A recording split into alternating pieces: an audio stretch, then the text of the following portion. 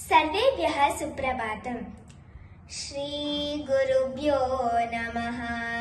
अथ विश्वरूपदर्शनयोगो नामः एकादशोऽध्यायः। अर्जुन उवाच मदनुग्रहाय परमं गुह्यमध्यात्मसन्नितं यत्त्वयोक्तं वचस्तेन गोहोऽयं विगतो मम। भवाप्ययौ हि भूतानं श्रुतौ विस्तरसो मया त्वत्तः कमलपत्राक्षं महात्ममपि चाव्ययम्। एवमेतद्यथा तत्त्वम् आत्मनं परमेश्वर द्रष्टुमिच्छामि ते रूपम् ऐश्वरं पुरुषोत्तम।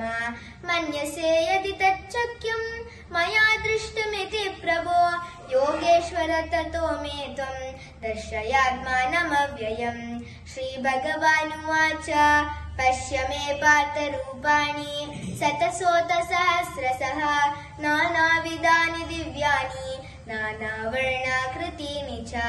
पश्यादित्यावसून् रुद्रा अश्विनो मरुतस्तथा हून्यदृष्टपूर्वाणि पश्याश्चर्याणि भारत। इहैकस्थं जगत्कृतं पश्याद्य सचराचरं मम देहे गुडाकेश यच्छान्यदृष्टमिच्छसि न तु मां शक्यसे द्रष्टुम् अनेनैव स्वचक्षुषा। दिव्यं ददामि ते चक्षुः पश्य मे योगमैश्वरम्। सञ्जय उवाच एवमुक्त्वा ततो राजन् महायोगेश्वरो हरिः दर्शयामास पार्थाय परमं रूपमैश्वरम्।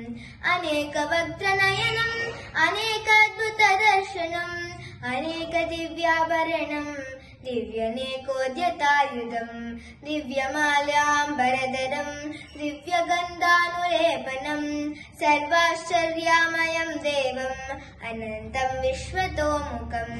दिवि सूर्यसहस्रस्य भवेद्युगपदुत्थिता यदि वा सदृशी सा स्यात् पार्श्वस्थस्य महात्मनः। तत्रैकस्थं जगत्कृतं प्रविभाक्तमनेकदा अपश्य देवदेवस्य शरीरे पाण्डवस्तथा। ततस्त विस्मयाविष्टो हृष्टरो मदनञ्जयः प्रणम्य शिरसा देवं कृताञ्जलिरभाषत। अर्जुन उवाच पश्यामि देवांस्तव देवदेहे सर्वांस्तथा भूतविशेषसङ्गान् ब्रह्माण्डमीशं कमलासनस्थं ऋषीं च सर्वानुरगांश्च दिव्याम् अनेकबाहोदरवक्त्रनेत्रं पश्यामि त्वां सर्वतोऽनन्तरूपं नान्तं न मध्यं न पुनस्तवादिम् पश्यामि विश्वेश्वर विश्वरूप। किरीटिनं गदिनं चक्रिणं च तेजोराशिं सर्वतो दीप्तिमन्तं पश्यामि त्वां दुर्निरीक्षं समन्ता दीप्तानलार्कद्युतिमप्रमेयम्। त्वमक्षरं परमं वेदितव्यं त्वमस्य विश्वस्य परं निदानं त्वमव्ययः शाश्वतधर्मगोप्ता सनातनस्त्वं पुरुषो मतोऽमि।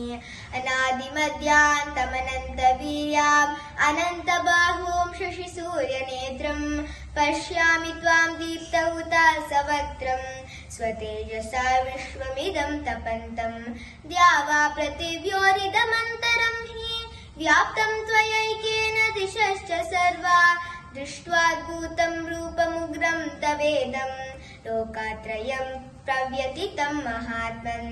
अमीहि त्वां सुरसङ्गा विशन्ति केचिद्विता प्राञ्जलयो गृह्णन्ति स्वस्तित्युक्त्वा महर्षि सिद्धसङ्गाः स्तुवन्ति त्वं स्तुतिभिः पुष्कलभिः। रुद्रादित्या वसवो ये च साध्या विश्वेश्विनो मरुतश्चोष्मपाश्च गान्धर्वयक्षसुरसिद्धसङ्गा वीक्षन्ते त्वं विश्वमितश्चैव सर्वे।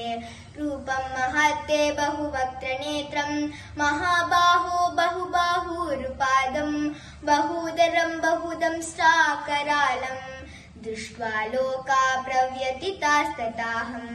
नभस्पृशं दीप्तमनेकवर्णं व्यातानं दीप्तविशालनेत्रं दृष्ट्वा हि त्वां प्रव्यथितान्तरात्मा रतीं न विन्दामि समं च विष्णु दंष्ट्राकरालानि च ते मुखानि दृष्ट्वैव कलानलसन्निभानि दिशो न जाने न लभे च शर्म प्रसिद्ध देवेश जगन्निवास अमी च त्वां धृतराष्ट्रस्य पुत्रा सर्वे सहैवावनिपालसङ्गै भीष्मो द्रोणसूतपुत्रस्तथासौ सहास्मदीयैरपि योधमुख्यै वक्त्राणि ते त्वरमाना विशन्ति दंष्ट्राकरालानि भयानकानि केचिद्विलग्ना दशनान्तरेषु सन्दृश्यन्ति चूर्णितैरुत्तमाङ्गैः यथा नदीनां बहवो मुवेगा